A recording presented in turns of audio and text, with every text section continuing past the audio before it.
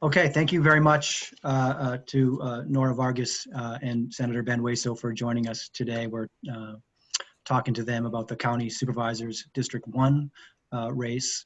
And just to lay out the ground rules at the top, no opening statements. There will be a closing statement of 2 minutes in duration. And if you see us looking down, we're checking our notes or fact checking you in real time, which Zoom allows us to do.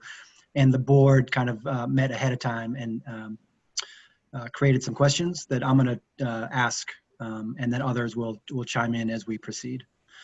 To start, I mean, the pandemic has upended everyone's life for 6 months.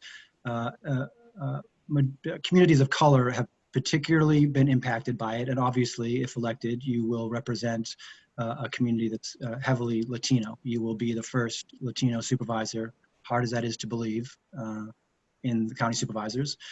But you know, the 34% of San Diego County is Latino, yet a disproportionate amount have been affected by the virus and by deaths. So I guess my first question for you is, apart from the campaign, I'm interested in what you've done to be of service to your community since March. You know, if you've done anything to help the Latino community since we've all been working from home and the coronavirus has ravaged so many people. And Senator, why don't we start with you? Yes, thank you. And this has been a very difficult time, and our biggest priority was to inform people about the importance of quarantining, wearing masks, distancing from each other, and staying home.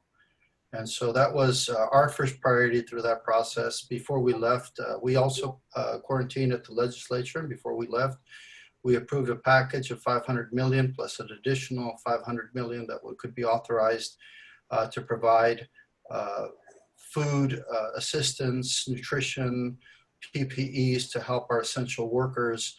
We also advocated that the federal government also come through with a support package of their own, which they did. We also supported our small businesses to help them deal with the fact that they were closed and to qualify for some of the funding that was made available through the Relief Act.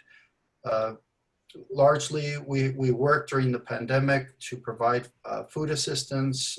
We delivered food, PPEs to people in the community. We had online forums to inform people about what their options are to get help, assistance, to learn about what they need to do to protect themselves and where to get resources. Also, we worked in the legislature to work on a package that would help children with distance learning get access to broadband. And we try to come up with an emergency act, but in fact decided to fall back on the Lifeline program to help provide free broadband to families in our district that were struggling financially. And so that's been successful. Also, our mobile phone program that provides for free or reduced telephone service for families. We basically also started calling our constituents just to connect with them, ask them what they needed to establish a line of communication. We kind of felt if they knew that somebody was there to help them, that we could respond. And we've been largely helping to process lots and lots of people that have been seeking unemployment assistance. That has been just, the system was completely overwhelmed. In 1 week, hundreds of thousands of people filed for unemployment benefits, and that sent the system crashing. And you know, it takes months for for the state to rehire, retool, and that was one of the challenges that we had, that we weren't prepared for a pandemic of this nature at that level. And so we helped with that as well. So there's been quite a bit that's been keeping us busy, and it hasn't stopped. And connecting people to jobs, that's what we've been working on. Also, there are jobs through a new program that the governor started and some that are local, where people have been calling my office asking for jobs, asking for food assistance, and we've been largely working to connect them with those resources. Thank you. Nora, how have you been spending your time since the pandemic started, being of service to the community? Thank you for that question. There's sort of a two-pronged approach. First, as you might recall, I currently serve as the president of the Southwestern College Governing Board. So I had immediate issues that I had to address under that capacity. We were the first community college district that actually went online. And what we did is wanted to make sure, and it was fascinating because we worked together with our campus community and our unions to make sure we have built enough trust with them that they understood that we had to go in online so that we could make sure that people were healthy and safe. And that was our #1 priority. Number two, we make sure that our programs like our JAG program, which is our food service program, was available for all of our in all of our centers, even when, when folks weren't sure where they were going to get their next meal. We prioritized with the San Diego Food Bank and Feeding San Diego to make sure that we were bringing food. Hugs and Bags was another organization, and we started bringing food available to our students and their families as well. And we actually ended up expanding it to other members of the South Bay community. So that was the second thing we did. The third one is we had to make sure that as we're asking our students to stay home, that they had access to hardware and resources. And so we provided thousands of laptops, what is it called? The lab, the computers and different technology that they needed, because many of our students, having one computer is not enough for their home. In addition to that, we changed policy so that we actually, and I'm ashamed to say this because it shouldn't be the case, but there wasn't enough access to Wi-Fi. So what we did is we created a policy so that students could come to our parking lots and actually have access to Wi-Fi. Wi-Fi is a huge issue in our communities, and so we did that as well. On the side of the campaign, what I did is I made sure that I transitioned my whole campaign and changed my operations completely. Number one, I created a platform called Conexiones because there was not a lot of information in language in Spanish for our bilingual community, specifically in the South Bay. And so in this platform mode, I have guest speakers from the Employee Rights Center to, the head of HHS joining us so that they can share real-time information with our communities. And it has been an exceptional opportunity to connect. And so we are now sharing information on census and other things as well, but it was a great lifesaver for so many that didn't know, and they really just wanted factual information that was being disseminated in Spanish for them. And so it's a bilingual platform to be able to do that. Second thing I did is my campaign called over 10,000 seniors in our community, check in with them, talk to them about what 211 was, where they can go for resources, what did they need, and so we maintained that communication. Last but not least, there was a lot of conversations about economic recovery, specifically around businesses, but there wasn't a lot of information that was talking about what does that mean to the social safety nets in our communities. And so I created the San Diego Roadmap to Recovery Coalition. And what I did is I reached out to my friends at the Chicano Federation. I said, this is not political. This is not related to campaign. Let's put politics aside. Let's put our communities first. And let's figure out how we bring people together so that we understand what does our community need to make sure that we are meeting their needs during this horrible pandemic. And so I'm happy to say that we were able to actually do a survey that I think that all of you, that you published, I think it was a week or two ago, and it has the results of what our communities need in order to be able to transition from the pandemic. And so, the 70% of the respondents were struggling to pay basically their basic needs, food, rent, utilities. They were talking about unemployment issues, and this information was done, the survey was done by and released by SANDAG, and it was about 3,500 San Diegans that actually were able to respond. But the power of this organization was that it was really 23 community-based organizations that came together across the county. And I want to make sure that I emphasize that I did this as a former executive for Planned Parenthood and someone who has the connections and partnerships with our healthcare providers. I didn't do it as a candidate because I felt that it was critical that we begin to address these issues and how we're going to share this information with elected officials and with the community as a whole. And so I think that's the data that's going to help me as I become the next supervisor to hit the ground running and make public policy decisions that are going to have an impact immediately in our communities. Thank you for that question. Thank you both for those answers. Let's stick with this subject. I mean, District 1 is seeing high infection rates and high unemployment rates. I want to split that into two questions and stick with health for now. But if you had been a supervisor these last 6 months, what would you have done differently to ensure that the Latino population and that your residents, the residents of District 1, knew more, had more resources available to them? It took a while, but now there's a testing center at the border. There's more test sites in District 1, but for a while there didn't seem to be. So what would you specifically have done different? And Nora, why don't we start with you? Yes, thank you. So, what I've said is that mitigating the impacts of the pandemic and focusing on economic recovery are going to be my priority, right? And I really firmly believe that healthcare decisions should not be politicized. And from day one, when I launched my campaign to the Board of Supervisors, I emphasized the importance of healthier and stronger communities. That's what I've been running for, and that has been my priority. I think that decisions have to be made based on science and data. And Dr. Wooden has done an exceptional job in trying to bring the board along. But I feel like what I would have done is really push to make sure that we acted as one voice as a county. It doesn't help when two supervisors are demanding, are providing misinformation to our communities. I think when you lead under crisis, what you do is you put all interests aside, and what you do is you focus on the county as a whole and not individualized districts. And that's what happened in this instance, right? I don't agree with the formula and how the funds were dispersed for the CARES Act. I mean, it should have been divided based on need, not on population, number one.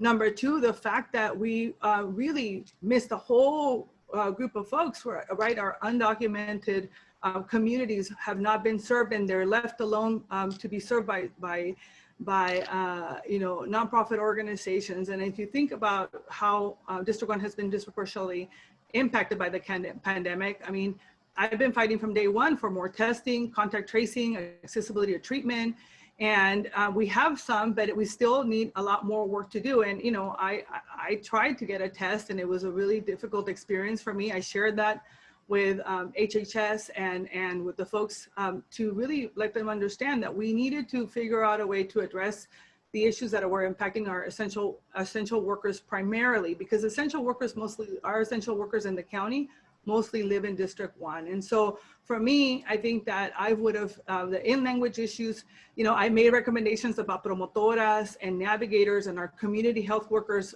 utilizing what they have and take it to the next level is what I would have done as well, and put additional resources.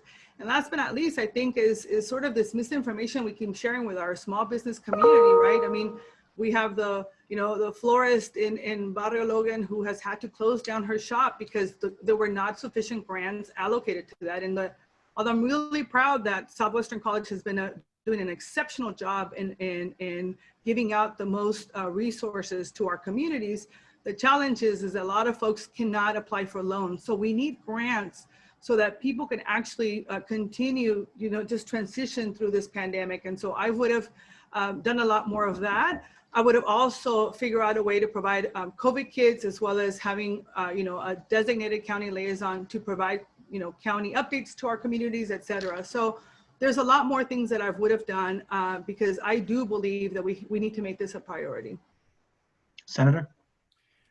Thank you. And one of the things that I pushed for in terms of our caucus conversations and the things that I told people over our informative sessions and our teleconferences was stressing that people need to quarantine, people need to wear masks and distance and take precautions. And the thing that I think I would have done in that vein, what I was advocating for should have been done by the county early from the very beginning, and take some very aggressive efforts to get people to quarantine. There were people walking around the community without masks, going to stores, I remember back then, without masks. That should have been done immediately. The quarantine should have happened sooner. And in that time that people were quarantining, there should have been a plan to restore the economy in terms of restoring the process to open up or preparing to open up. Every business plan is different. Supermarkets were allowed to stay open because they were considered essential. I understand that, but they took certain precautions. In many cases early on, they didn't take enough. They were sources of infection rates as well. I know people that were infected at supermarkets. So there are things that I would have liked to see more of disinfecting as soon as you enter a business. That should have helped earlier on. Businesses had the opportunity to do that. Some did, some didn't. There should have been a coordinated policy and understanding. So when people go about their daily lives doing essential work or doing performing essential tasks and duties, that we have a uniform set of understanding of what people need to do to responsibly participate in social activities. That wasn't very clear. Should have been done immediately. Businesses should have been allowed to develop a plan to open up all businesses as long as they conform to certain guidelines. I think as I was advocating for getting people to do a more aggressive quarantine, there was just lots of different organizations and groups disagreeing about what should be done. We started seeing public protests that were not helping with the cause, and that was a concern that I thought led to more infections, and it just combined with what the president was doing, it didn't help. But locally, we could have had a more focused plan, a more detailed plan to support a quarantine, prolong the quarantine, but at least allow for a reopening that included all the protections that allowed people to start to socialize again. One thing I learned about this is that people didn't take well to the quarantine. It created a lot of problems, psychologically, emotionally, health-wise,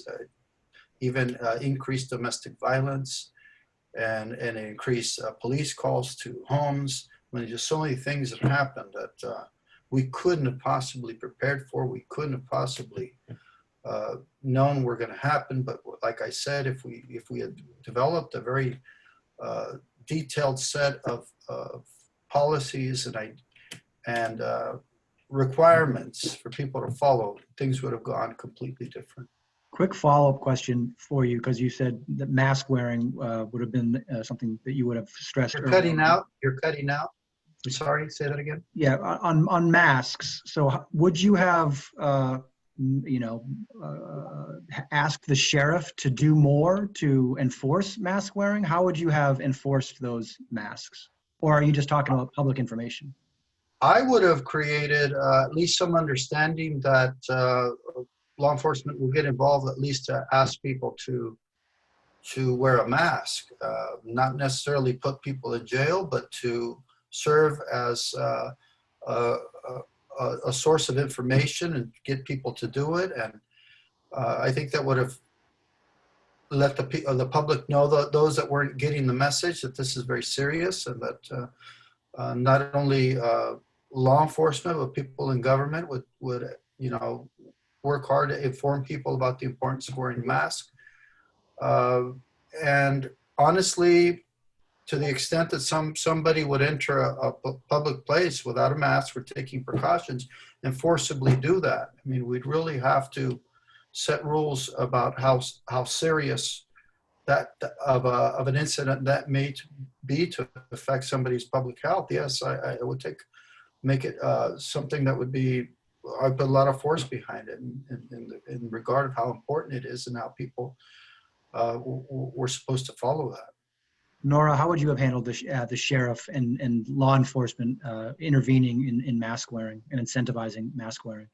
Yeah, I think that's one of the biggest challenges that we have in this county. We criminalize everything. I think the important thing is education and also access to resources. One of the things that I did, and I forgot to mention this, is that I was able to partner up with masks across America, and we were able to deliver thousands of masks to our communities, frontline workers, some of our clinics, school districts, the school activists, I should say, to be clear. And so I think, a lot of information was not provided in language, especially for our Latino community. And we also have a binational community that was receiving information that was different in Mexico than what they were receiving here.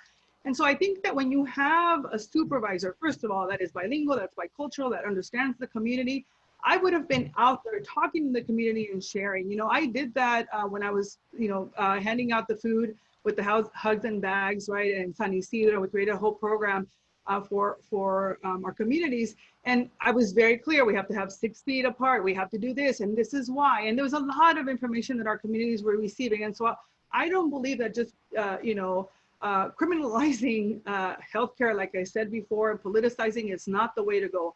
Educating folks, and there is a way to do enforcement, right? You can actually, you get people, you get a warning. I will tell you that I had neighbors who had parties with 25 people or more. I do believe that they should have received warnings. However, our public safety and police tend to be impacted, and I'm sure we're going to talk about this later, right? Where police officers are addressing issues of mental health and not necessarily addressing issues of, criminal activity that is happening. And so for me, I would take the education and outreach component, and I think it's the biggest responsibility that we have as a county, because what we do is the social component of the work that we do as a county. Let me ask you, so we talked about the infection rate. Let's talk about the unemployment rate and your plans to help the district and its residents kind of get back on their feet, get to work. What job creation efforts would you undertake to really help the people of your district? And as we move along, if you could kind of keep your answers brief, I'd appreciate it. Nora, why don't we start with you? So first, there's a lot of members of our community who have been furloughed. I think everybody knows that Logan's Heights is one of the hardest hit communities. I think it's 41% of unemployment right now. And many of our small businesses are closing down. And so what I would do is partner up with organizations that are already in place to provide additional grants so that our businesses can maintain, right? And they're able to transition through the pandemic, into hopefully next year, number one. Number two, continue to work with, community colleges are really powerful. Southwestern College is the only community of higher education in the South Bay. I think we have an opportunity to do retraining programs as we're talking about climate change and addressing and trying to get to a zero emission. There's a great opportunity for us to link that and give people opportunities. We may not be open physically, but we are open online. And so creating programs and opportunities, and that's one of the things that we're looking at now. How could we be serving the communities better? And I think that we can do partnerships in that way as well. And then the other one is, as we're trying to figure out how do we, stay open, creating, COVID kids. And I think, like the Chicano Federation did a fantastic job in making sure that people can come, they get a COVID kit, it has temperature checking, it has, oxygen, to be able to check your oxygen, a kid with masks. I think that's what everyone needs. And in addition to that, we need to be able to provide people the healthcare that they need so that they can get back to work, right? People want to work. The problem is that if you get tested and you're sick, the chances of you being able to stay home, in my district are really challenging, because when you are the sole provider in many of our communities, or you have 2 to 3 jobs to be able to survive in a home that is multi-generational, we have a lot of challenges. And so how do we as a county can provide emergency grants so that people can make sure that they stay in their homes, they're not evicted, and that they're taken care of as we transition back into a better quality of life. So some of those things that I would really look into as a supervisor. And Senator, how would you approach specifically job creation? When I ran for council, we're in a similar situation, high unemployment rates. And then again, I ran for legislature, the same problem. I promised to eliminate unemployment. And we had a lot of success in both times, getting the economy going. Again, when I was in San Diego, we had lots of problems, not only with the economy, but with our fiscal soundness of the city. So when I left the city, we left the city with a rainy day fund that we accumulated. Also the state, if we hadn't had this rainy day fund, when I got elected, we were facing a $45 billion deficit. We turned that around to create a rainy day fund that's now helping to reduce cuts to education and to a lot of services that are essential for health and everything else. It's prudent fiscal management or budget. That's what I'll bring to this table. But I also studied economic development. I worked as a project manager for the city of San Diego, working on attracting businesses that provide quality jobs to the region. Also worked on important projects that help to create jobs and revitalize communities. San Isidro, Las Americas, Barrio Logan Mercado, COM22 in Logan Heights, Liberty Station in Point Loma, projects that revitalize communities, but also create opportunities for small businesses to grab an anchor and form and develop. So there are lots of strategies that you can apply. I pushed creating a promise zone in California, or at least the office of the business development office. I forget the name right now, but they working with them, we not only funded that organization that also provides tax credits, but also worked with them to support the establishment of promise zones and projects that are going to take a foothold there and revitalize communities but create jobs. So I want to work within the promise zones to create investments in our community, revitalize those communities, create affordable housing. When I was on the council and through the years that I was on the Assembly and Senate, worked on creating affordable housing throughout the region. I want to continue to do that. As we create affordable housing, I mean, right now we need it, but we can also create it, take advantage of a down economy to get better rates for bank financing and qualify for grant funding, to build these units in a time. This is a time when we start to replace our infrastructure, when we need to create the jobs, get our economy going. 2 years ago in the legislature, I supported a budget that included $1 billion to replace state buildings that are in a bad need of repairs. Some need to be completely replaced. Those investments are going to be going on now. That money needs to come in. It's got to come into our economy now. We've got to create those jobs. But also the businesses that are struggling. We have to look at what areas of our economy have been affected. Tourism has taken a huge hit. We need to bring tourism back in San Diego, and we need to do everything that we can to get that industry started again and get those workers back on the jobs again. And where we can't, we got to find ways where they work well with other industries that we can bring back. We got to have a strategy. I have been always a leader. Before I got elected, I championed projects that were shopping centers and affordable housing and projects that revitalize our community and East Village and all parts of my district. I don't need to be elected to do that. I'll do that whether I'm elected or not. And that's a difference, that I've always been a person that is hardworking. I take on projects, I make them happen. And the best chance that people have at getting back to work in the county of San Diego is by electing me to the first county supervisorial district. Let me ask you about the budget. $6.5 billion budget. It's the biggest it's ever been, just approved by the supervisors. $2.5 billion of that is health and human services. What single change would you make to that part of the budget to get at some of the needs and inequities facing? I want to increase the funding that will help be used to fight drug addiction and to help people with mental illness. I want to expand the facilities, either run by the county or in partnership with UCSD, to provide a real drug addiction treatment program where we currently don't have one. This would help us keeping people employed, keeping them within their families, living in a safe way, and helping to prevent people from becoming homeless, and potentially working to help our homeless population re-enter society.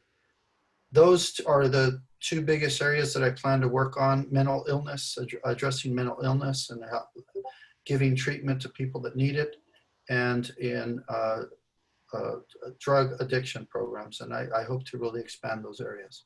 Thank you, and thanks for keeping that brief. Nora, what single change would you like to see in that component of the budget? So one of the things that I'm proposing is what I'm calling a Families First initiative that really looks at our families and what the needs are. And, you know, mitigating the COVID crisis is going to be a priority. Our healthcare workers actually are still fighting for, and I've been fighting with them throughout the course of the pandemic for, you know, additional PPE and resources that they need. And so we have to first start at home, make sure that our county workers have what they need to be able to do the services that they're providing. Our heart was broken when Ms. Felder, passed away from having COVID, a social worker who was just doing her job. Our in-house healthcare workers are having a big issue. I actually know that issue personally because of my father's dialysis care and having to work with the county. And I know the county workers come here and they try to take care of him. And so we need to make sure that we are using some of those resources to make sure that our county employees stay healthy and safe. That's number one priority. Number two, we should be using some of those resources for housing issues, right? I mean, look, the reality is a lot of our folks are being evicted and are scared because the moratorium is not enough for them. And so I personally believe that everybody should have access to shelter. This economic prosperity issue that we talk about has to make sure that we need to figure out how to keep people in their homes. So whether that means that we create opportunities for them so that they can stay home and they are able to be taken care of, and we give the resources that they need as we're transitioning from the pandemic is what I would do, and it's under Health and Human Services. You know, there was additional dollars that were allocated to Health and Human Services specifically around the HOT program, the HOT programs, and the programs that are on the ground to help our police, right?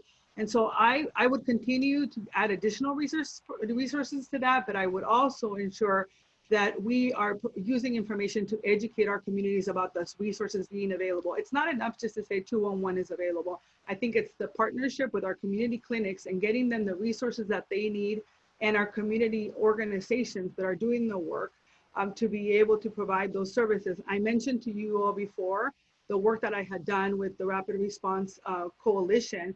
And what we have found is that, you know, people need the resources that available so that they are able to purchase what they need. So for instance, you know, there was the partnership, there was the funding that came for the EBT, right? If you are a student at a school and you receive a home lunch program, right now, what happened through the pandemic, we were able to change the rules, and everybody who had an EBT, they got a little bit over $300 to be able to buy food for that child. That's what we need. We need to make sure that there is no child going hungry in this county, in the fifth largest economy in the world, and that continues to happen. So for me, it's really important that we use those resources that we know are effective and, you know, clean up the bureaucracy so we can get things done. And COVID has demonstrated that, right? COVID has demonstrated that what we used to do, which was we can't do this because of process, because of this, we have learned that there are things that we can do to make sure that people are treated with dignity and respect.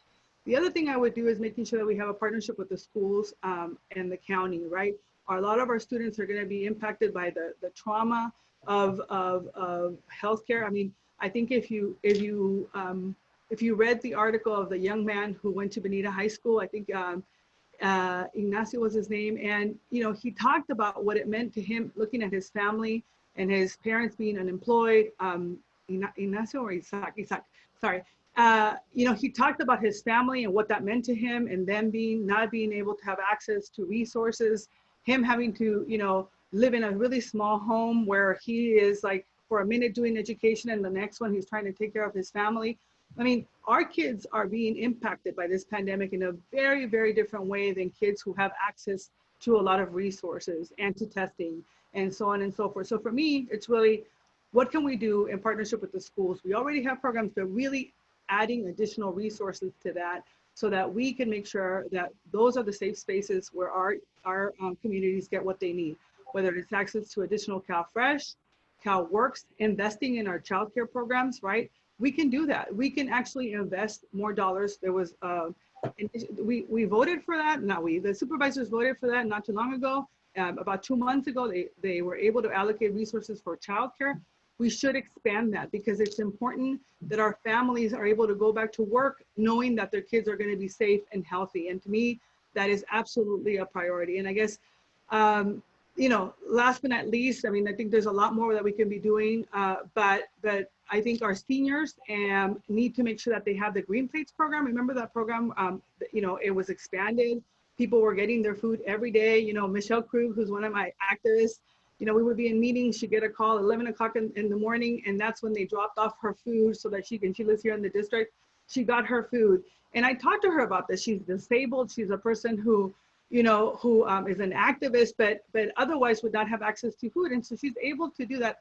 The county is supposed to help make people's lives better. What people, when they're doing, you know, when they're in difficult situations, we are supposed to be there to support them and be that safety net for them as they're transitioning. And so I think there's a lot more work that could be done specifically around health and human services. I'm always surprised when I hear candidates talk about how enthusiastic they are about trying to revive the economy and revive jobs, and then go on to say they support Proposition 15, which would split the rolls on property taxes. That would be a 500% increase on property taxes for homes that are for commercial properties, including hotels. I mean, people are awfully cavalier about Proposition 15 to me, at least if they're serious about trying to revive the economy. So I'd like to hear from each of the candidates of what they feel about Prop 15, and if they're for it, how they square the idea of 500% tax hikes with reviving the economy. Senator, why don't you go first? Yes, well, I'm not supporting Prop 15 because the time is wrong. Also, what's happening in our economy is the way the shift is on our economy has put a lot of burden on commercial properties recently.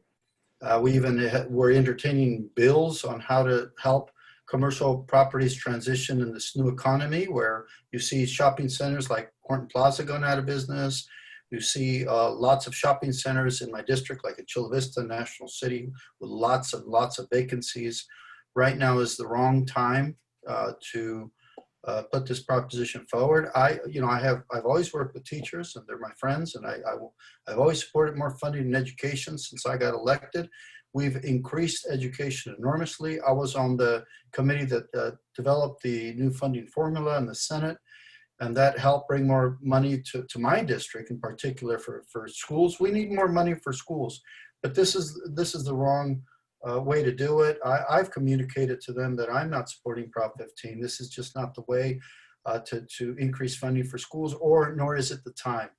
Right now, we need to focus on how to get people back to work, how to support our businesses that right now are struggling. Lots of them are going out of business, and putting an additional burden on them will just bring them down. So I'm not supporting Prop 15. Nora? Yeah, so, you know, while our communities really are hurting from this pandemic, you know, I do believe that we have an opportunity to close an unfair tax loophole that could provide the boost for our local economies and what we need. And it has to be prioritized. And, you know, that's what leadership is all about, making tough decisions during challenging times. And so for me, you know, for far too long, large commercial and industrial property owners have avoided paying their fair share in taxes. They have been leaving out our struggling residents and business owners to pay for more for schools and community colleges and essential government services. And as someone who serves on a community college and has seen, you know, what the impact is long-term when our students have the resources that they need, I really do believe we need both solutions to increase funding for our county's healthcare services, social services. We need to be able to reduce homelessness, keep seniors in their homes, you know, fund child nutrition programs, foster care. And this is where those resources are going to come from, you know, provide additional resources for our first responders with the equipment that they need to effectively provide what they need. So when the board was considering whether or not to support that, you know, I would have been on the yes, I would have been a yes vote, and I actually turned in a letter on that, and I stand strong by it because it is important for us. But that doesn't address my question. How can you reconcile saying you're supporting the reviving the economy with a 500% tax hikes on 40-year-old hotel properties, retail properties, which otherwise pay high sales taxes and business taxes? It's not like they're going untaxed. So a 500% tax increase, how can you reconcile that with supporting reviving the economy? Well, I mean, I do believe that it's a fair share based on the amount of revenue they get, the property that they are in, and I think it's the right thing to do at this moment. And I've seen it, right? I mean, I've put up bonds at Southwestern College, and when we were in our really dire straits, we went into the communities and asked for those investments. We made sure that they were transparent, and when those resources were available for us, we wouldn't have what we have now if our communities didn't invest in us. And so it's up to the voters to decide, but I would make the argument that our communities have to come first before the commercial, entities. If I can just add, Prop 15 is just going to make matters worse. We're trying to raise money for education and services, not to decrease it. And empty commercial properties do not pay taxes. They do not create jobs that help. One of the biggest sources of funding for our state is the income tax. If people are not working, you don't have more money coming in. You gotta be very wise in terms of how you affect our tax structure in one way or another. It's very complicated, and the funds that we get at the state depend on people working and depending on those commercial properties being occupied. And this could really, I mean, we're starting with high unemployment right now going into next year, and we're starting with a lot of businesses that are closing. So this is the wrong time to do that. And it's really going to hurt our recovery. I really hope Californians don't support Prop 15. Let me ask you another financial question related to the board. A lot has been made in recent years about the board's reserves, high level of reserves, healthy reserves. It's given credit for its reserves. People have said it's time to dip into those reserves. So this year, the supervisors did just that. It's now below the 2-month threshold for emergency savings. It's kind of looked at as a good government benchmark. How quickly would you look to restore that to that benchmark, or do you think that this is not a benchmark that should be deemed important at this moment? And Nora, why don't you go first? Yeah, so I mean, one of the things that we have to remember, reserves are there for rainy days, and we are in a situation where we are in a pandemic, and it was critical for us to be able to access those resources. The challenge is that the amount of money that really is available through those reserves is not the $2 billion that everybody keeps talking about, right? And so for me, I think it's, what do we, we're getting additional dollars from the CARES Act, we're getting additional dollars from the state. How do we make sure that we're allocating those resources first? I think many of us know exactly what happened when Orange County went bankrupt, and being solvent and making sure that we are looking at all of our options is a priority. But I do believe that when you have people who are going hungry and are in the streets and they don't have access to resources, and the county's sitting with higher reserves than is required, I do think that is a problem, and the way I would address it is making sure that we use those resources for our communities and what they need, because we are in dire straits. The health inequities that this county has been facing for decades is not something that just happened through COVID. COVID has magnified it, but this has been an issue in our communities for years. And so how we make sure that we use those resources to ensure that our community has them is a priority. Number two, I mean, we're talking about the reserves, but we haven't talked about the fact that we still continue to give a lot of money back when it comes to CalFresh and CalWorks, right? We send those federal dollars back because we say people are not, they don't need them, or they're not eligible. And the way the county has done its work is very punitive, right? It's like, it's a gotcha, way of looking at things versus who needs the resources? How do we make it sure that they're getting them to people? Because these are funds that are coming from the federal government and they need them. So it's a combination of both is how I would answer that question. So, but to be clear, in that terms of the threshold of the 2 months of operating income, not an important mark to keep at this moment for you? Not at this moment during a crisis. Senator?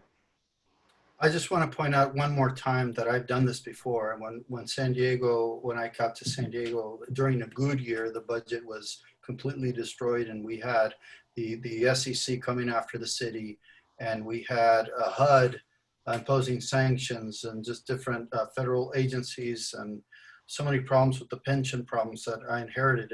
And when I left the city, we had a surplus, that going into a recession year, and going out to the state having absolutely no surplus. In fact, there was a structural deficit at the state that was identified at around like 49 billion. It was just a money, not, we had to cut 45 billion that year, but there were also debts that were incurred in former years that need to be repaid.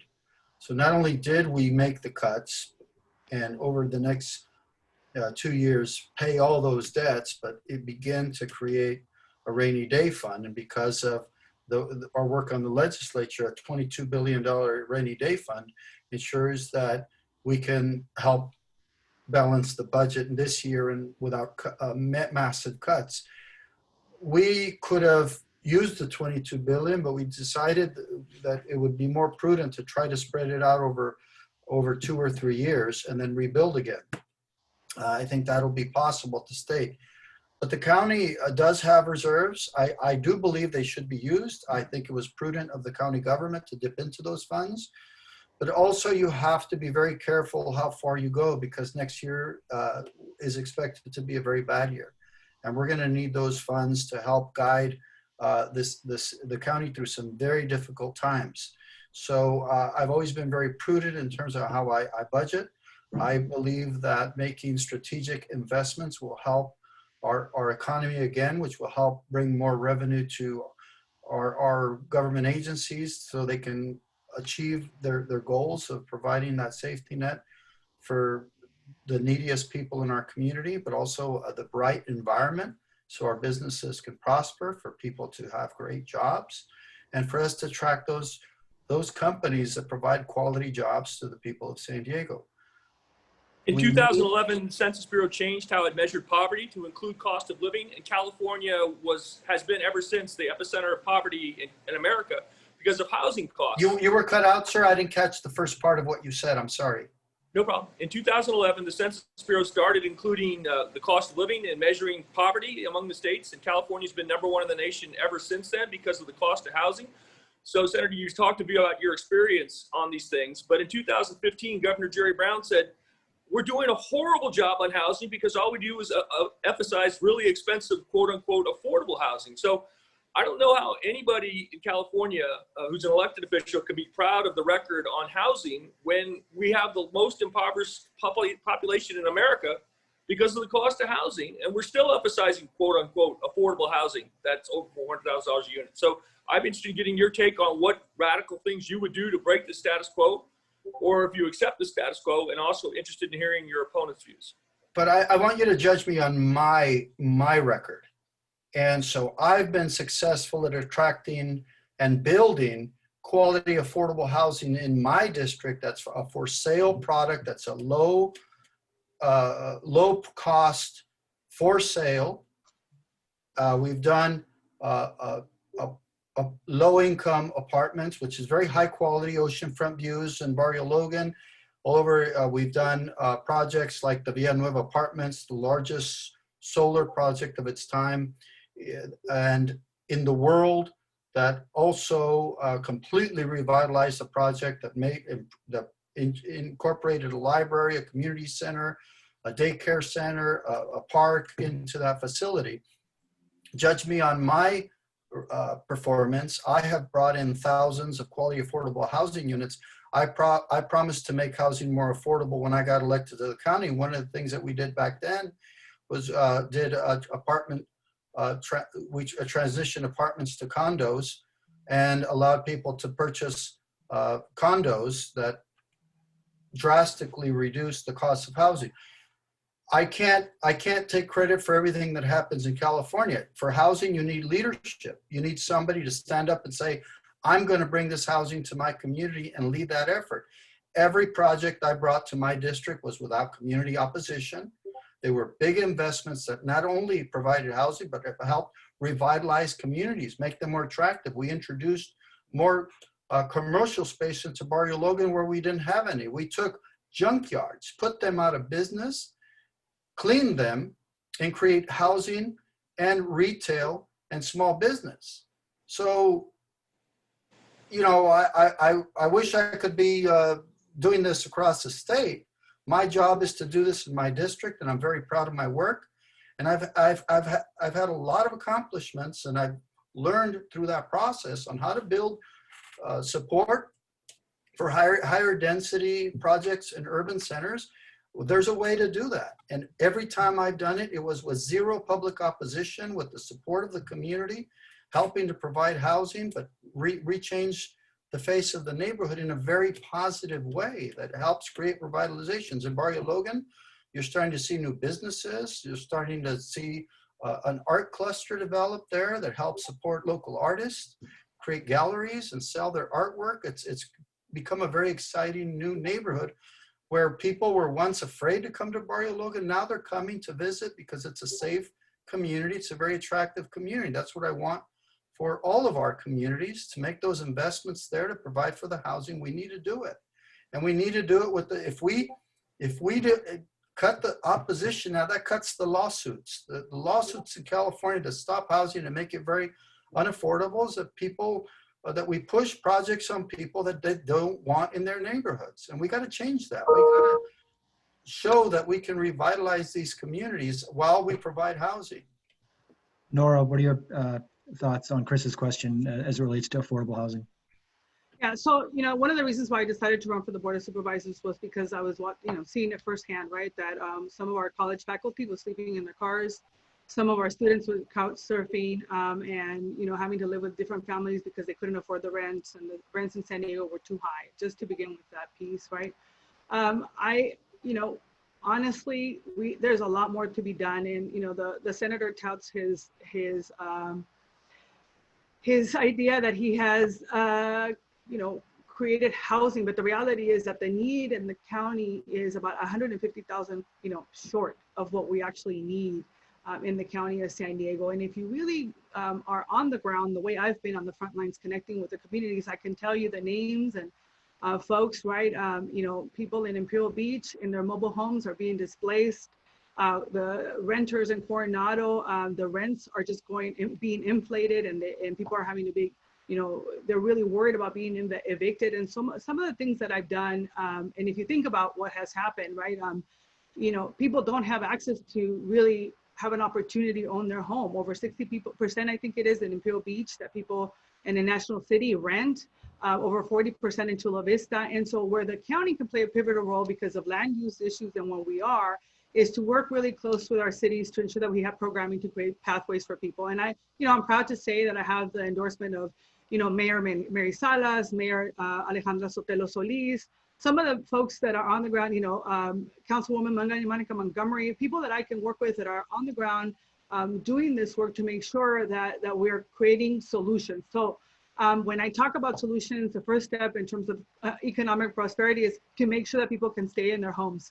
That's one of the most important things that we can do right now. And so what I want to do is make sure that we are able to allow tenants to save, meaning rent control, tenant education. And, people don't want to talk about this. The senator also voted for it, but I think it's important. Look, we ask homeowners, right? I want a fixed rate mortgage because that way I can plan on my expenses. I really do believe that renters should have that same, opportunity.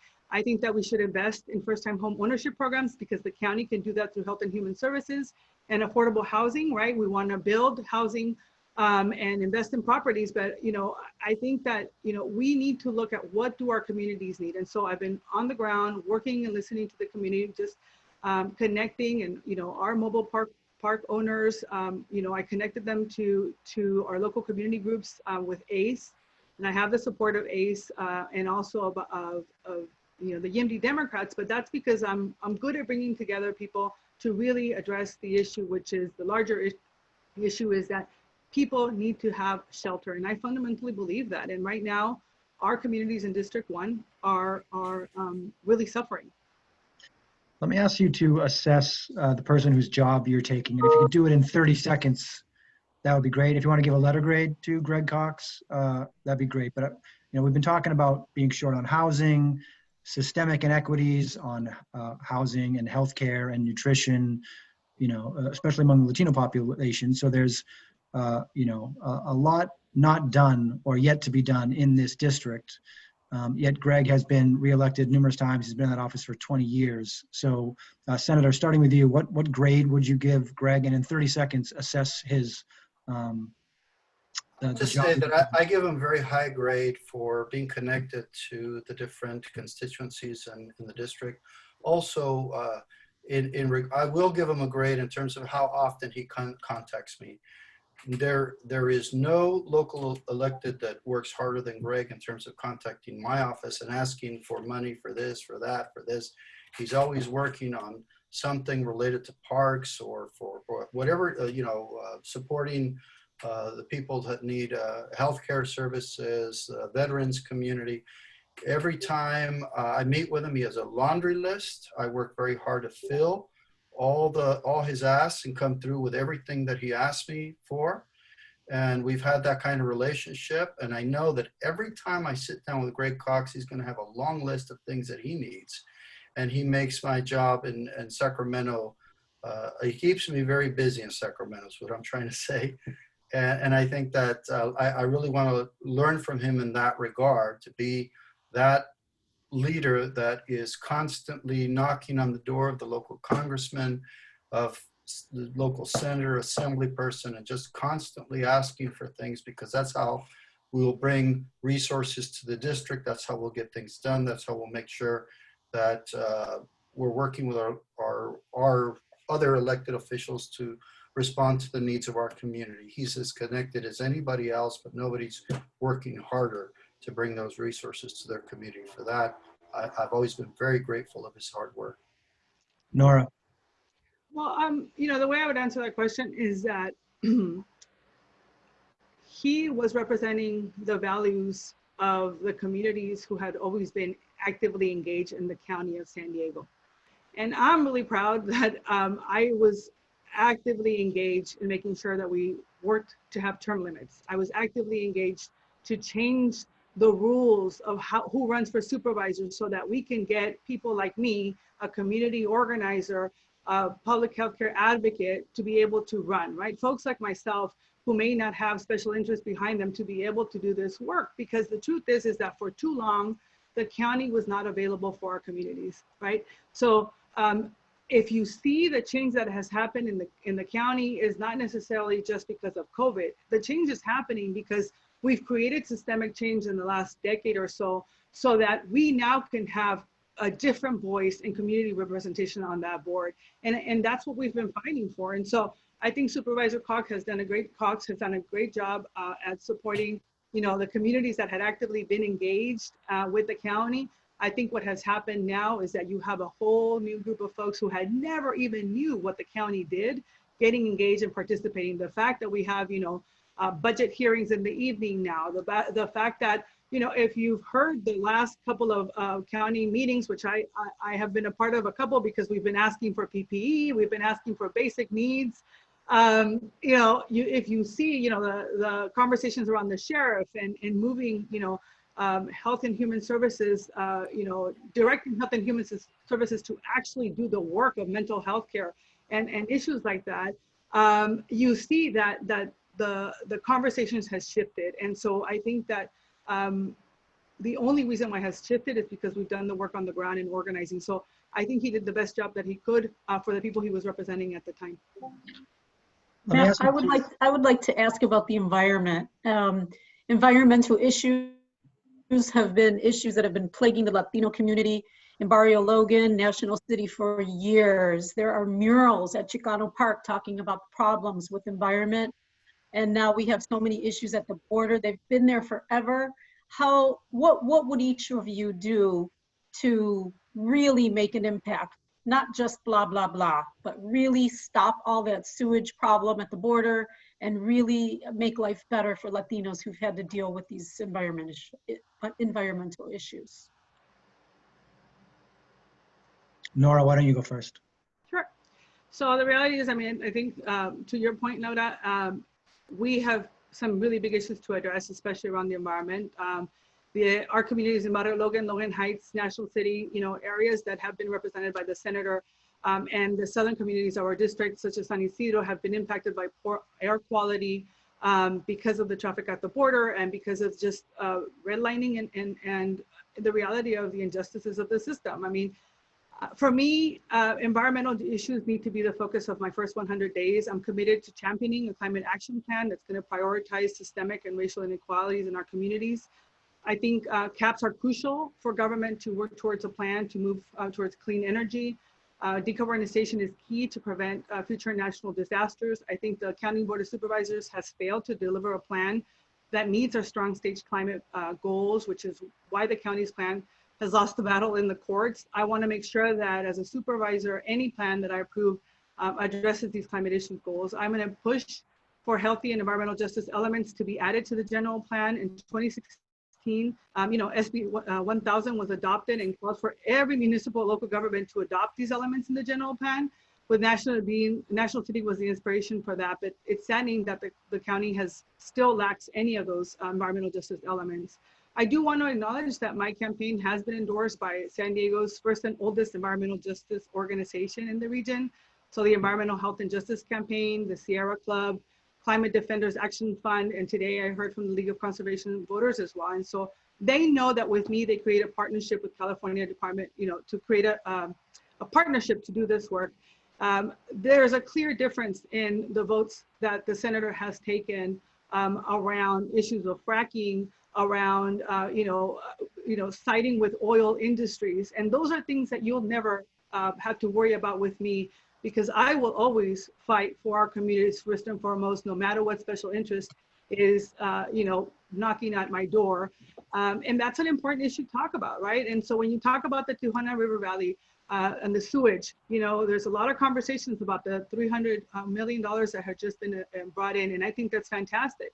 But the reality is that this is a public health care crisis. It should be declared a state of emergency. It hasn't been done by the County of San Diego. I think the county has failed this because this is an issue that impacts all. We can't sit on the sidelines. We have to make sure that the toxic sewage, the trash, and the debris that's flowing across the border and pollution of water, it can't happen anymore. It's unacceptable. Our kids can't swim in our beaches, especially in Peel Beach. I think you've heard the Navy SEALs are doing our uncontaminated water. So I'm committed to declaring the state of emergency to make sure that we get a state response for additional recovery funding. I would make sure that we allocate resources to quickly build the necessary infrastructure needed to protect the communities. Because the way it works now and the resource that they're getting, it just throws everything back into the beach. We have to change that. And no matter how much we say that Mexico is going to do this or that, the reality is that it's a separate entity and it's a different government. And so on our end, we're going to have to fix the infrastructure to make sure that that is something that is going to be long-term, and that we're going to be able to invest so that our communities are no longer impacted by this horrible public health and environmental situation and crisis that we have been living under for over 2 decades. Senator, how about you, the environmental question?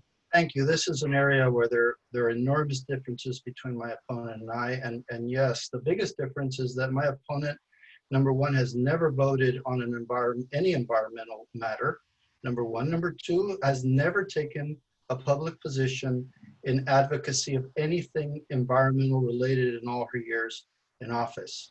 And I think that's a very important distinction. If you're not willing to advocate for something in any regard, in whatever role you are, that just shows how important that issue is to you.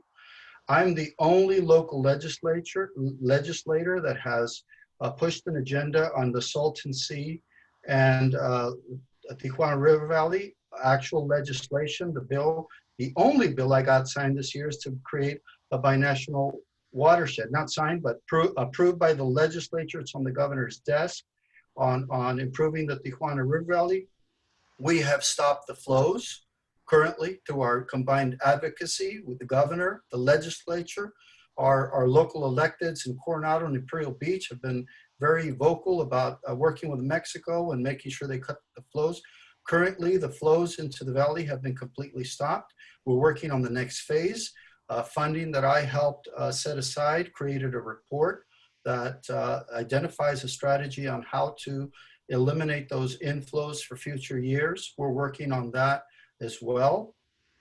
But it doesn't end with the Tijuana River Valley and the Salton Sea or Chollas Creek or Otay Valley Regional Park and its watershed, which I helped create a watershed management program when I was on the council. It also extends to clean energy. For example, SB 100, which I helped write, is going to make our state sustainable, 100% sustainable on clean energy by 2040. And my opponent is completely wrong about my record with oil. Quite the contrary. We, under my leadership in the Energy Committee, we came up with some policies that heavily regulate the extraction of oil. Fracking now cannot be done without a complete plan that has to be approved by the governor. And it's something that is very important to keeping our state, maintaining our state's energy independence and at least creating a semblance of some. But my opponent thinks because I support jobs that I also support the oil industry, and that she's completely wrong. I support those jobs that are quality jobs, but also look, my opponent drives a car that burns gas, and at least begin by driving an electric vehicle if you really care about the environment. But if she can't afford one, many of my constituents can't either. They have to drive cars that use gas. We're trying to wean our state off of fossil fuels, and hopefully one day we won't have any fossil fuels. But in the interim, I promise to take us to energy independence and eliminate fossil fuels by creating jobs, not eliminating them. And I'm very proud of my record at creating jobs, but also transitioning our state to burning cleaner fuels. That's got to be part of the strategy. You can't put our energy goals and cleaning our air and reducing fossil fuels, finance it completely on the backs of the poor and of working families. They're the less people that can afford to pay for that. So we have to find a way to finance that. Since you brought it up, what do you drive? What kind of car do you drive? I drive I can't afford an electric vehicle. I wish I could, but I can't. So I drive a gas car too, because I understand what's that? What do you drive? I drive a GMC truck, a Canyon, a 5-cylinder. And the reason I have to is because I have 4 kids, right? And we all need to fit in our car, and there's very few cars that can accommodate that. And look, I wish I could drive an electric vehicle, and I wish they made some that could accommodate my family, because I usually have 6 people in my car. And the current one that's on the market is just unaffordable. I can't afford it, and my constituents can't either. And I have to be very careful about passing policies that will increase their gas prices, eliminate jobs in California. We can do both. We can, look, I believe that we need to move our state toward a better place at reducing emissions, fighting climate change. I've made a career of doing that as the chair of energy, and look at California in terms of what it's done to promote cleaner energy, solar, wind. My district is one of the capitals of producing solar and wind in the state, if not the country. And Thank you. I'm very proud of that, because a lot of those projects, to cut you off, but I know that there's a lot of other questions, so I don't want to. I'm just saying, this is an area I know very well. And I have fought for the environment, but I have fought for it in a way that also supports workers and supports my communities. Thank you, Senator. Yeah, thank you. Nora, what year, make, and model car do you drive? It's a Jeep, 2019, I think, 2019, yeah. And what's the year of your car, Ben? I have it's a 2012 GMC Canyon. Okay. And Nora brought up the climate action plan and said that she would, look to get the county out of its legal situation where it's not really meeting the letter of the law there. How would you approach the climate action plan at the county level? Well, I help write the state laws that take us to cleaner air and sustainable fuels. So I want to make sure that our county's plans are in coordination with those, and I will make sure that happens, and it will happen. Okay. Let me ask a question to, I'm sorry, Nora, did you want to add anything? Yes, because I think it's important to clear the, set the record straight. So my opponent, Senator Hueso, has actually had a chance to do the right thing, and he didn't. He let us all down. I mean, 79% of Californians were supporting the buffer zones, and thousands of San Diegans actually voiced his support. And what he said was that San Diego, doesn't have any fracking. But when you're a leader and you're the head of an energy commission, you have a responsibility to do the right thing for our communities. And so he should have taken the vote, because he was one vote out of the 5 that could have made a difference to make sure that fracking was no longer impacting Black and Latino kids across the state. Number 1. Number 2, around my issue of climate, let's just be clear. On CalSTRS, I founded the Green Initiative Task Force that actually addressed, I was one of the founders, so we made sure that our asset management included ESG to make sure that we were doing the right thing, which was including addressing how we were going to fully divest from fossil fuels as a pension. And so unfortunately, I left the pension before I could actually accomplish that. However, I am really proud that I was able to vote against US thermal coal, which I'm really proud of, because it was one of the first initial things that we did. I also, as an advisory board member, I serve on the board of Mothers Out Front, which is actually fighting to make sure that we have zero carbon emission in this country. And I'm a proud advocate on that board, because I think, it's really important for us to make sure that our communities are connected and really understand the component of environmental justice. And the last thing I will say is that I was the person who championed and led the climate action plan for Southwestern College, and all of our facilities actually are included in that process. And I've been, advocating about us actually taking a position and making the sewage issue a crisis in our community. I actually called it a public health care issue during the primary, and took a lot of heat for it, because actually the mayor of Imperial Beach thought that I wasn't, that I was saying something else. But the truth is, I was saying this is a public health care issue, and we need to address it as a public health care issue. And so I think, I appreciate the differences, but I think it's important not to be very factual about the conversations that we're having when it comes to climate change. And, and as a reproductive justice advocate, and the environment is key to women's healthcare. And I have been fighting for those issues as an executive of Planned Parenthood, as an advocate for decades. And so I just wanted to clear the record and set it straight about what my record is around the environment and the work that I've done. And that's why I'm so proud to have so many organizations on the ground supporting me, because they know that I will be the right person for this job. And even in that, I could say that she's completely incorrect.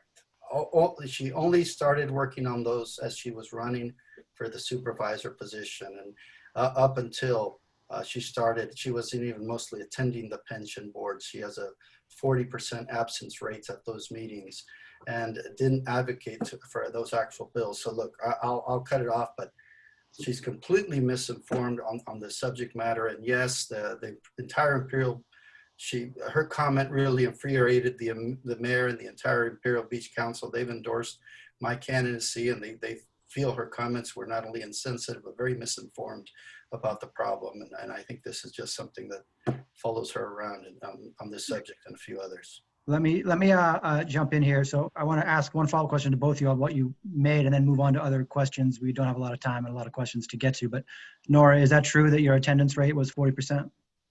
My attendance rate, so I don't know if people know that actually when you serve on CalSTRS, it's a voluntary opportunity, right, that the governor invited me to. And so my priority was always my work that I was doing at Planned Parenthood. And so if they counted all the votes, I don't know what the count is that he's talking about. What I'll tell you is that I was working full-time as the vice president for Planned Parenthood. I was also serving on the board of Southwestern College, which is the priority for me. So regardless of what the senator is trying to insinuate about my service at CalSTR, I'm extremely proud of the work that I did there.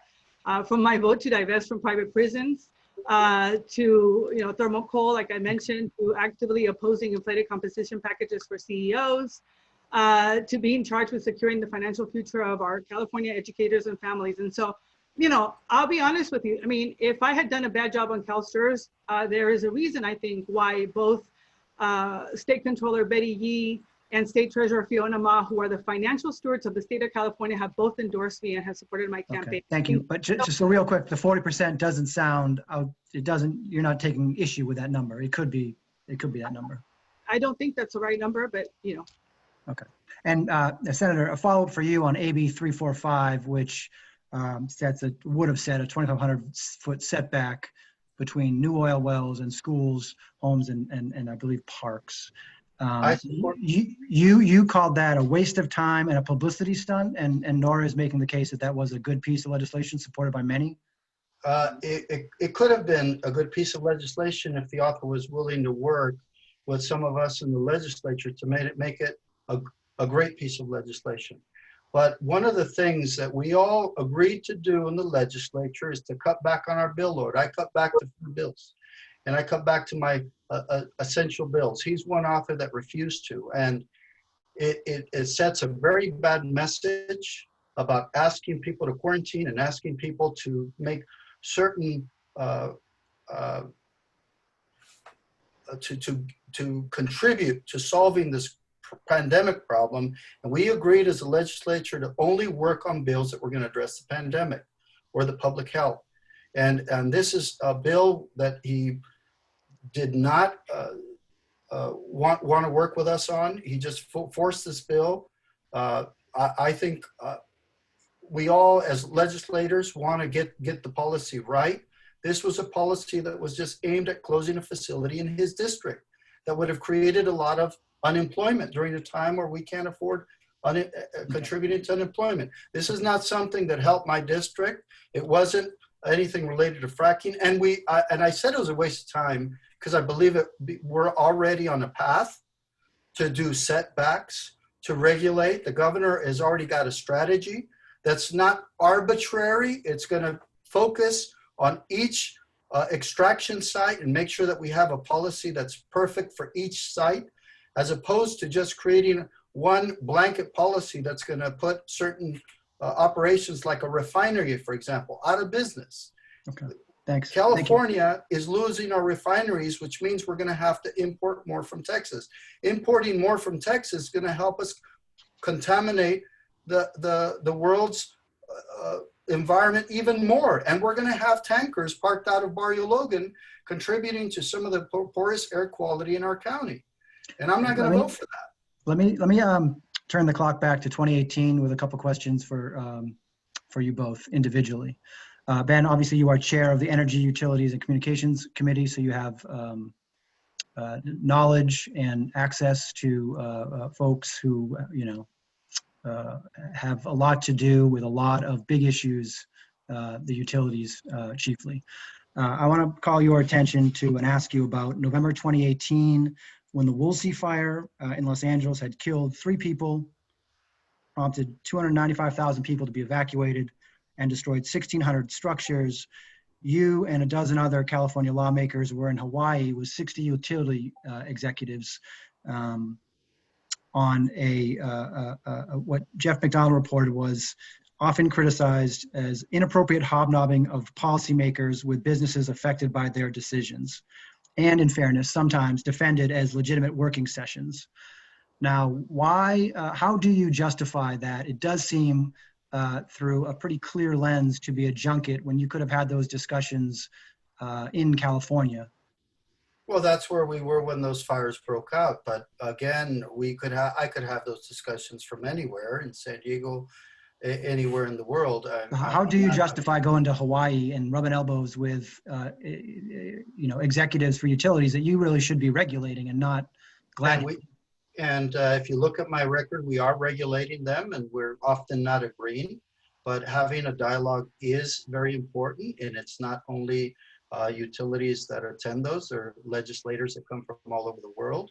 So it's a great opportunity to interface with other elected officials and learn about best practices and learn what other people are doing in other parts of the world to solve problems. I've gotten a lot of ideas by interfacing with other people at different locations. So you can distort this and make this out to be a junket or travel or hobnobbing. None of that ever happened. None of the sort ever happened. These are legitimate conferences where, I think general public, in terms of people that are part of an industry, including my opponent, have attended conferences across different locations. This is just, information that's right for campaign time. But the truth is, I mean, I was working and I was in contact, and sometimes indirect contact with utilities that were also providing leadership remotely. For lots of people, they can provide direction, support, and get from wherever they are. Most likely, if I wasn't there, I would have been in San Diego. I wouldn't have been at the Woolsey site or in Napa or in Paradise. I probably wouldn't have been there obstructing the work of professionals who are trained to put out fires and to provide support. Had I've been called to action, and I have gone, and I was also very involved in visiting some of those locations and meeting with the victims and advocating for them in the legislature. That's why I have a 100% lifelong voting record for consumers. I have every year been selected for awards by turn for standing up to special interests, for always fighting for the consumer. 100% voting record tells the story. That's what you should be paying attention to, that when it comes for time for me to act, I'm with my constituents. I'm with making sure they save money on their bill every month and trying to find ways to improve their services and bringing them back something of value through my work in everything that I do. Let me ask you a question about the current day. I mean, we're living through a time of immense wildfire up and down the state, devastating wildfires, outages that are coming out of nowhere, these rolling outages that are, leaving people without energy on some of the hottest days of the year. As someone who has such a position of power on this issue, how much of this is your responsibility? How much of this is a failure on your personal part or Sacramento's part to have a system in place that can provide reliable energy when people need it? And again here, I can't take responsibility what happened in 1920 or 1930 or 1940. And because California's infrastructure is so old, we want to replace it, but in a way that doesn't completely ruin our economy or completely bankrupt our ratepayers. So I'm very proud of the fact that in the time I've been in Sacramento, we led initiatives that not only created more responsibilities on our utilities to replace outdated equipment and introduce new sources of energy that are going to fight climate change, but also to make sure that we create an auditing system to make sure that they're complying. Because in the past, while the PUC was approving rate increases, a lot of these investments were not being made, and this was before my time. So what I can speak to is what I've done to be part of the solution recently. And yes, we have increased our funding to help fight CAL FIRE, respond to these fires. That's why CAL FIRE that's why firefighters have endorsed my campaign, because I have been so good at providing resources to make sure that we limit fires. I have lots of experience dealing with San Diego and creating investments that helped to combat fires, to predict fires, to respond to fires faster. And the amount of incidents in San Diego have not decreased, but the devastating impacts of these incidents have, because we've been more responsive. No one in public office can claim that they're going to eliminate fires. This is just a function of nature and the way we have introduced more growth in our forests. And look, the federal government has done zero to help us, and they own 80% of the lands that are responsible for these fires, where the state of California has little or no authority. So we need a strong partner in the federal government, not only to address the impacts of climate change, but to make our state more resilient to these fires. But where I was a co-author and I helped write SB 901, which is how we're responding to fighting fires and how we're strengthening our grid and the state's resiliency on fires. So I'm very proud of my record. I have nothing absolutely, at least to be ashamed of. On the contrary, I'm very proud of the fact that as a state, we've been responsive to this issue. We have gotten results, and there will be incidents, but I think we're more prepared now than ever to deal with fires in our state. Thank you. Thank you, Senator. And we got to continue working on that because this is going to be an ongoing problem. Thank you. Nora, let me turn back the clock for you. But first, which years have you been president of Southwestern Community College Governing Board? I am currently the president now, and then I think the last time I was president was in maybe 2016. Okay. I don't remember off the top of my head, but I think it was 2016. Okay. So as someone who's had multiple stints as the president and has been on the governing board since 2013, I believe, let me just ask you about the climate at the campus, specifically as it relates to race relations, which is something that the whole country is having a conversation about right now. USC researchers in 2018 found anti-Black sentiment on campus, called the campus climate one of the 2 or 3, quote, most toxic they'd ever experienced in their studies, especially for Black classified employees who said they've been called the N-word by white and Hispanic colleagues. They had campus police called on them by white professors and have been passed over for promotions in favor of less qualified candidates. And now also in 2018, as you'll recall, the student body election was canceled because of racial tensions. What role, as someone who's been on the governing board and who's been in the presidency there, how much of that is your responsibility, and what could or should you have done differently to improve that situation before it reached such a point? Well, thank you for that question. I think it's important because I think that for me, it's one of the things that I want to make sure is that we've set the record straight. You know, as an elected member and president of the Southwestern College Board, I've been there twice, like you mentioned. I've worked to address issues of anti-Blackness on our campus. We've adopted an equity-focused policies and development of strategies and goals to address some of these issues, particularly in our Black communities.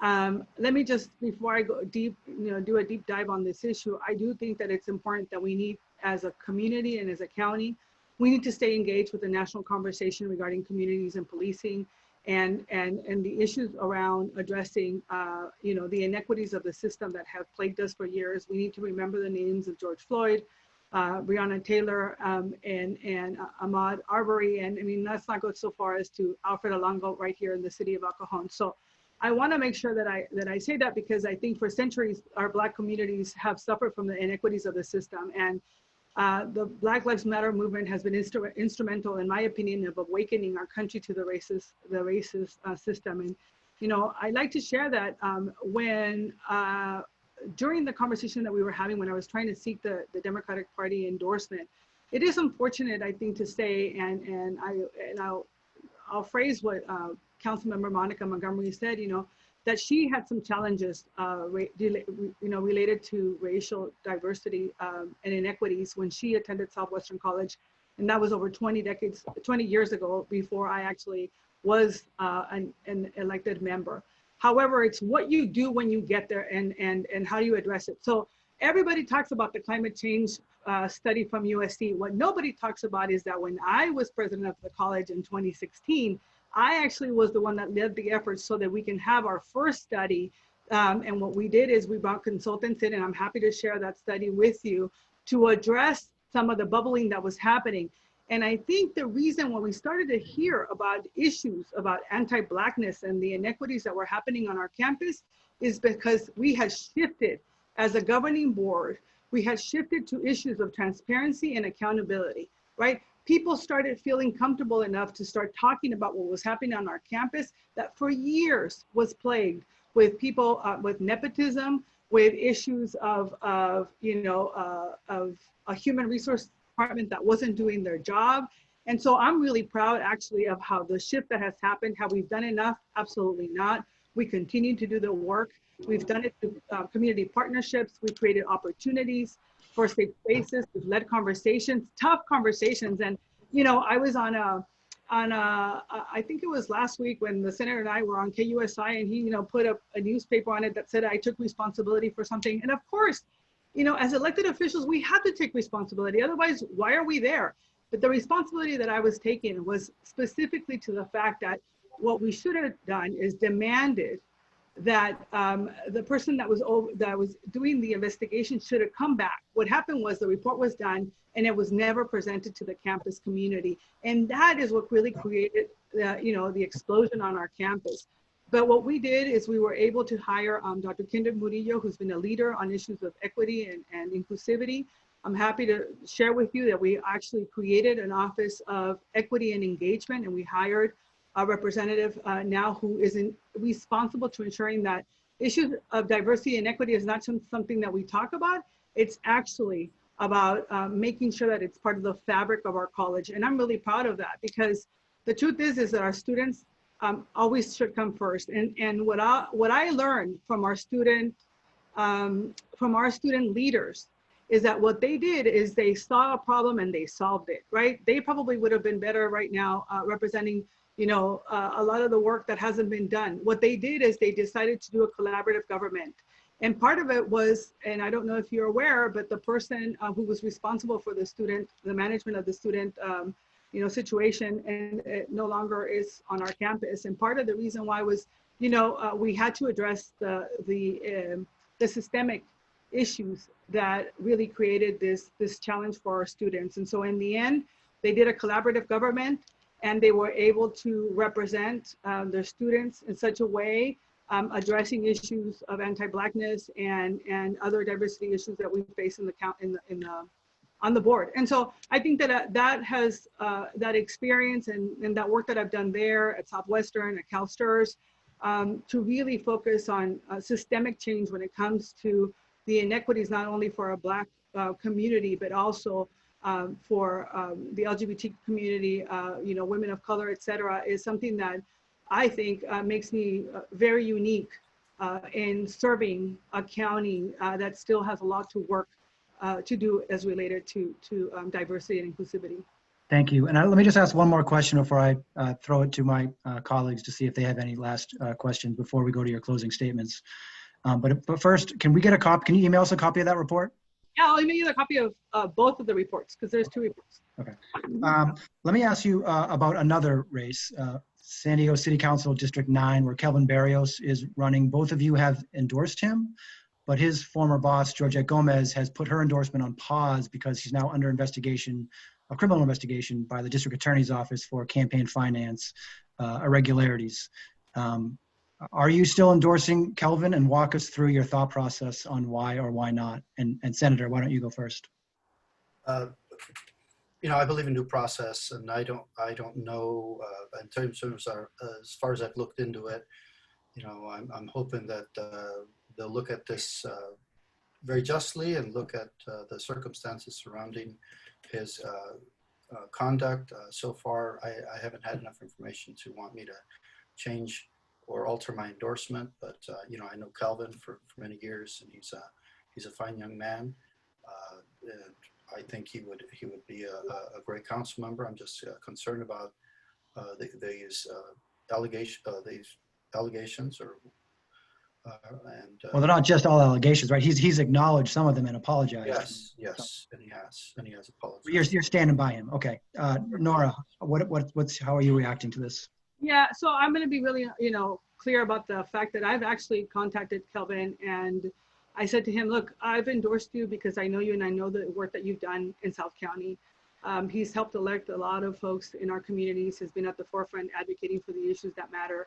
And I know that District 1 needs somebody who understands the intricacies of the city and who has worked for the city and understands it. I said to him, it is to me shameful that somebody that is so talented would not pay attention to things of, making sure that you're reporting things on time and doing that.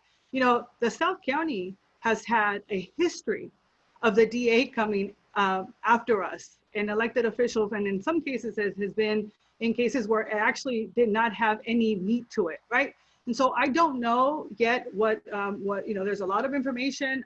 I'm cautiously monitoring it, because I don't believe that we give our friends a pass if they have done something that is wrong.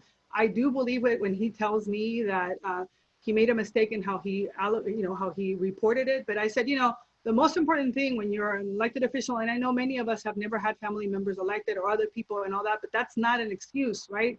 Our Form 700s have to be okay. We have to follow the letter of the law, and we all need to do right when we do it. And you know, and I said, you can't be an elected official and not take responsibility for what you've done. And so I am monitoring it and I'm watching it, and I'm waiting to hear any additional, you know, whatever happens with the district attorney's office. But I do think that everybody deserves a fair chance to be able to do, you know, to share where they're coming from and what happened. Thank you for explaining your thought process on that. Any other board members with questions? I have a question. So the Kumeyaay Nation has been protesting an expansion of the border wall. I know this is largely a federal issue, but it is happening in your district. So I was wondering your thoughts on that and where you stand. Nora, why don't you go first? Well, I mean, you know, I think it was 2 weeks ago, under the pandemic, we went to open up the recent mural at Chicano Park, right? And there's very few people left in the Kumeyaay tribes and that are still living in our communities. And I think it's a shame that we continue to build this wall and on their land. And so I'm in support of them. And I will tell you, you know, that I'm really proud actually. And one of the things that I did as part of being a member of the investment committee at CalSTRS is that we actually looked at addressing the risk factors of our ESG policies, specifically into Indigenous rights. And so I think that our members of Congress could do that. And in relation to tribal sovereignty and Indigenous tribal rights, it was back in 2018 when our board at CalSTRS actually created a risk factor specifically addressing the indigenous people's rights. And so we reviewed the item, we supported it, and we wanted to make sure that we were respecting not only their rights, but also we would not be able to create long-term profitability from operations or activities or businesses, practices that had specifically to do with, you know, respect their cultural value and ethnic identities. I mean, I think it's incredibly important, and we should always honor our Kumeyaay land that we stand in. Senator?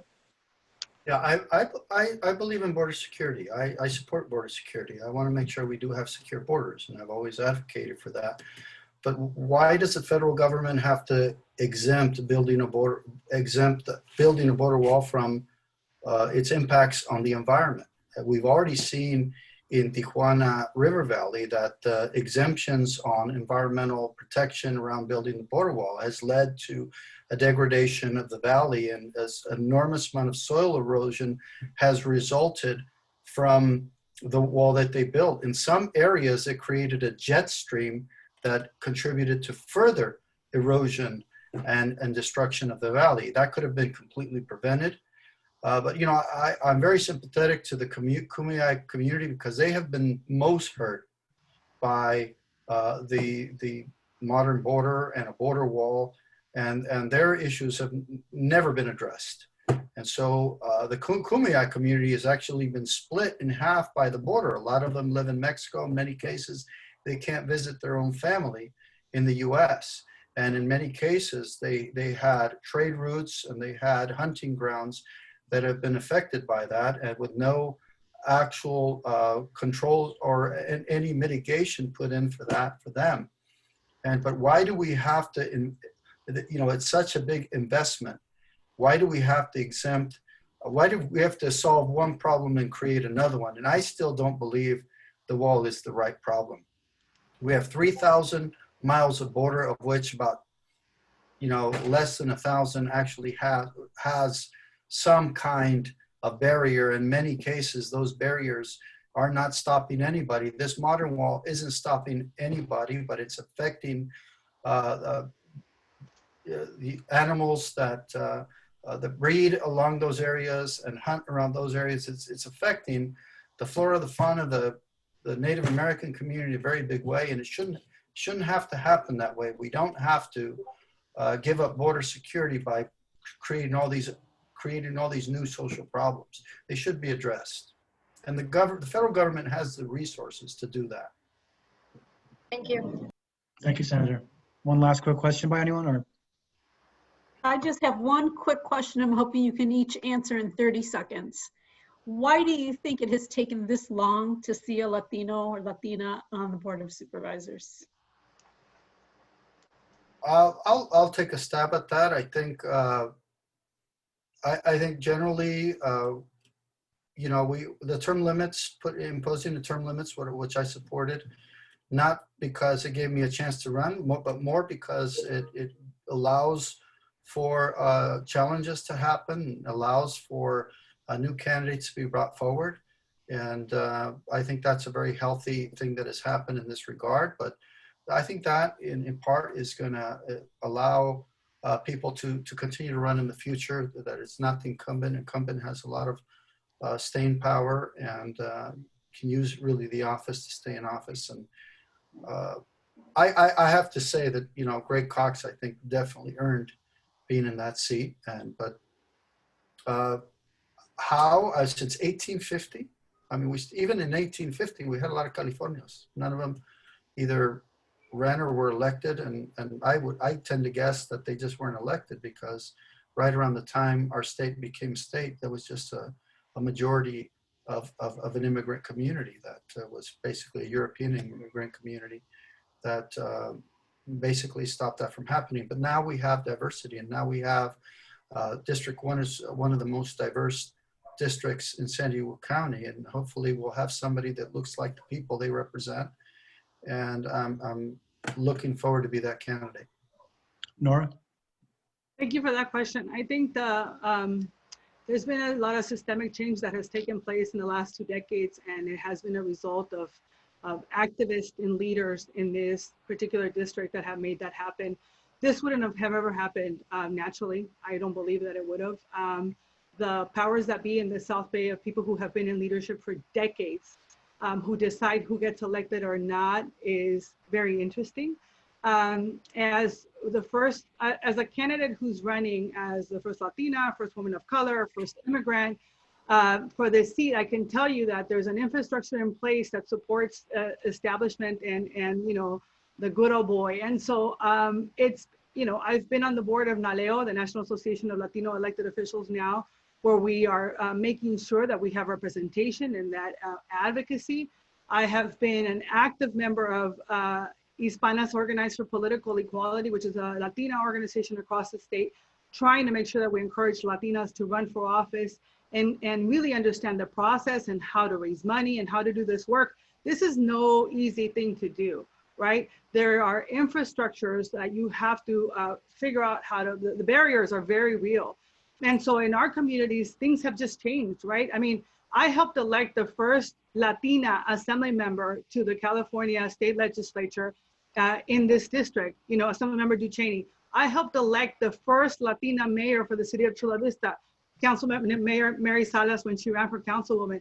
You know, I've dedicated my life to try to help women get elected and women and people of color, because this is not something that has naturally happened. And so we've had to change the system. We have to create opportunities for us as women of color and Latinas and people of color to be able to run, to get the support that we need. And so I think all of it has come together. And because this is a presidential race, I think it's going to give us a chance to really change the dynamics and really engage. I think social media has transformed politics, the way that we communicate with people, the way that we're able to engage young people, the way we're able to really be held accountable as elected officials. All of it has changed for the good. And so I'm excited about it. I'm excited that for the first time in 25 years, voters get to make a choice and they get to decide for you know, a candidate who actually has background around healthcare and the issues that matter to them. And so I hope to be the first, but I definitely will not be the last. Every job that I've had, I have always been the first Latina executive of Planned Parenthood. I was the first Latina on CalSTRS, but everywhere I go, I try to make sure that our communities are lifted and that people are in positions of influence and power to shake things up, because that's what we need to do if we're really going to do structural and systemic change, not only in this county, but in the state and in our country. Thank you both.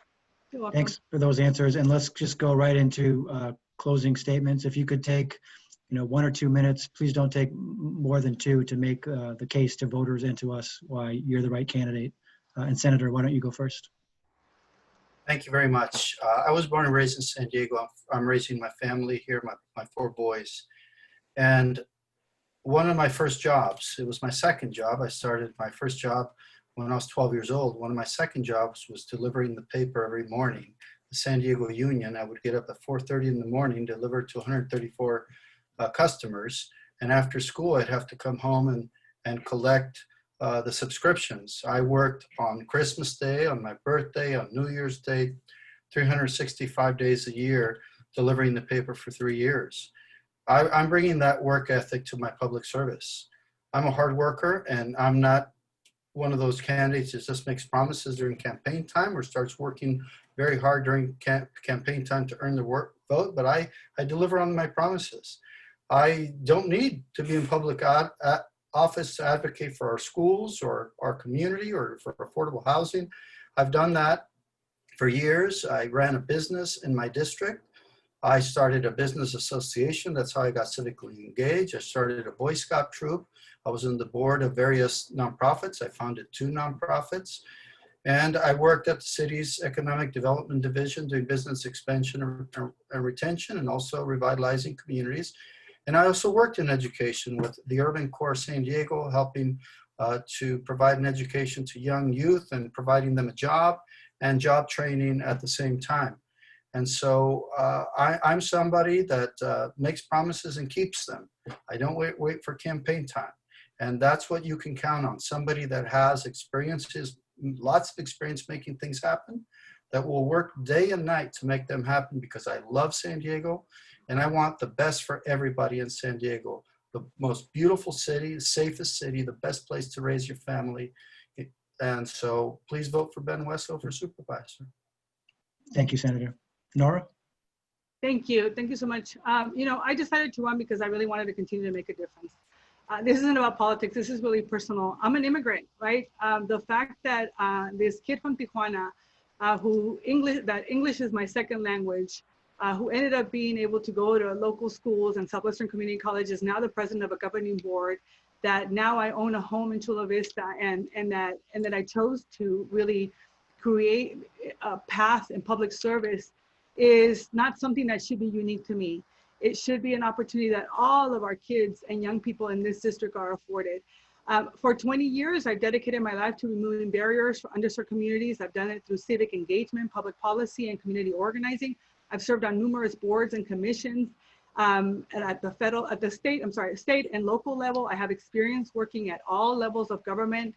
And I really want to bring that experience to the Board of Supervisors. For 2 decades, I've been a healthcare and education advocate. I've been an executive at Planned Parenthood for over almost 20 years. I led efforts to increase access to quality healthcare and education for women and families across California. As president of Southwestern College Board, I have tackled some tough issues head on. I have always fought for our students to have access to affordable education and job creation as well, and fought for them and our veterans to make sure that they have what they need, as well as our dreamers, right? I do have a deep understanding of the issues impacting our communities because I've done the real work on the ground that impacts people's daily lives. I want to make sure that I bring that experience to the board, because the reality is that government isn't working for many of our people, our families. And I talk about this story about my mom passing away without being able to have access to county services. And I don't want anybody to ever feel that helplessness when, resources and answers really should be what's available for our communities. I believe that government is not something that's to be separate from us. I really do believe that that we can do a lot more. I think that's why, I'm really proud that I have the support of the San Diego County Democratic Party in this race. And when I'm elected, I'll be the first woman of color, the first Latina, the first immigrant. But that combination of firsthand knowledge and experience is what really makes me the best person for this job. So, to connect with me or my campaign, you can go to noravargas.com. People can call me. My cell phone number is 619-339-3634. And I just want to leave all of you with the fact that, I'm running because I want every young person in this county to know that I'm going to fight for them, to make sure that they have the same opportunities that this country has afforded me. And I want everybody, every family to know in this community that I'm going to be out there advocating for them on the Board of Supervisors, looking out for them. Que no dejen de votar. Estas elecciones son súper importantes, and I want to make sure that they remember to cast their vote for Nora Vargas for supervisor. Thank you so much. Thank you, Nora. Thanks again, both of you. I really appreciate you taking the time. Thank you. No problem. Thank Thank you. Meeting you. Bye-bye. Thank you.